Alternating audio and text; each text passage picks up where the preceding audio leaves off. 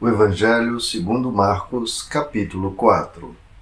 Retornou Jesus à beira-mar para ensinar, e a multidão que se juntou ao seu redor era tão numerosa que o forçou a entrar num barco, onde assentou-se.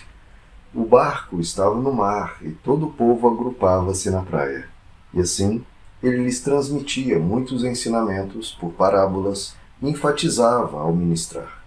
Escutai, eis que o semeador saiu a semear. Enquanto lançava a semente, parte dela caiu à beira do caminho, e chegaram as aves e a devoraram.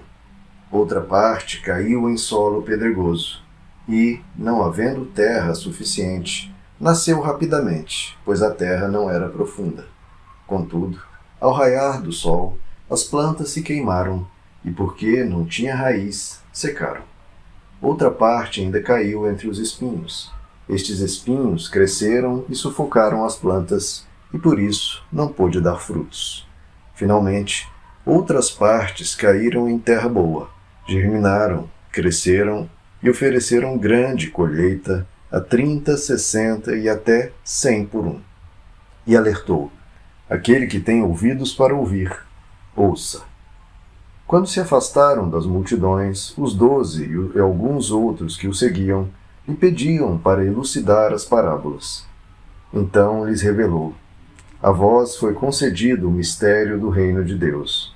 Aos de fora, entretanto, tudo é pregado por parábolas, com o propósito de que, mesmo que vejam, não percebam, ainda que ouçam, não compreendam. Isso para que não se convertam e sejam perdoados. Então Jesus os questionou: se não compreendeis essa parábola, como podereis entender todas as outras?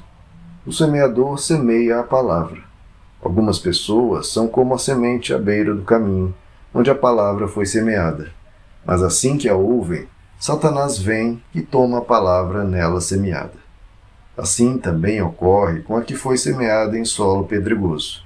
São as pessoas que, ao ouvirem a palavra, logo a recebem com alegria. Entretanto, visto que não têm raízes em si mesmas, são de pouca perseverança. Ao surgir alguma tribulação ou perseguição por causa da palavra, rapidamente sucumbem. Outras ainda, como a semente lançada entre os espinhos, escutam a palavra. Porém, quando chegam as preocupações da vida diária, a sedução da riqueza e todas as demais ambições, agridem e sufocam a palavra, tornando-a infrutífera. Todavia, outras pessoas são como as que foram semeadas em terra boa. Estas ouvem a palavra, acolhem-na e oferecem farta colheita, a 30, a 60 e até 100 por um. E lhes propôs: quem porventura traz uma candeia para colocá-la sob uma vasilha ou debaixo de uma cama? Ao invés, não a traz para ser depositada no candelabro? Pois nada há de oculto que não venha a ser revelado, e nada em segredo que não seja trazido à luz do dia. Se alguém tem ouvidos para ouvir, ouça. E seguiu ensinando: ponderai atentamente o que tendes ouvido, pois com a medida com que tiverdes medido, vos medirão igualmente a vós, e ainda mais vos será acrescentado. Porquanto, ao quem tem mais se lhe dará, de quem não tem, até o que tem lhe será retirado.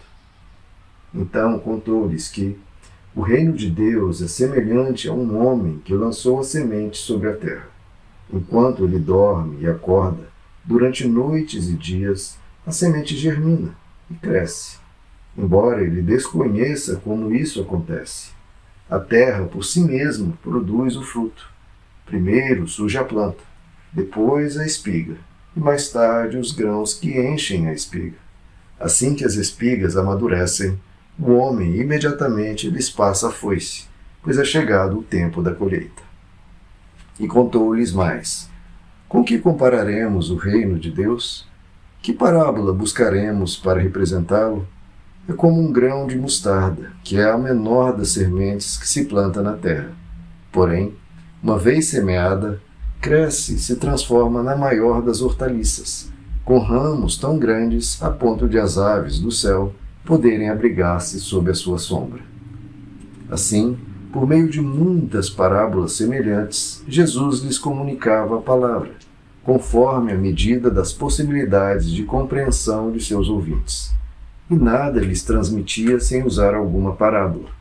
Entretanto, quando estava em particular com seus discípulos, explicava-lhes tudo claramente. Naquele mesmo dia, ao cair da tarde, pediu aos seus discípulos: passemos para a outra margem. Eles, então, despedindo-se da multidão, o levaram no barco, assim como estava, e outros barcos o seguiam. Aconteceu que, levantando-se um tremendo vendaval, e as grandes ondas se jogavam para dentro do barco, de maneira que este foi se enchendo de água. Jesus estava na popa, dormindo com a cabeça sobre um travesseiro. Os discípulos o despertaram e suplicaram: Mestre, não te importa que pereçamos? Então ele se levantou, repreendeu o vento e ordenou ao mar: Aquieta-te, silencia-te. E logo o vento serenou e houve grande bonança. Indagou aos seus discípulos: Por que sois covardes? Ainda não tendes fé? Os discípulos, contudo, estavam tomados de terrível pavor e comentavam uns com os outros: Quem é este que até o vento e o mar lhe obedecem?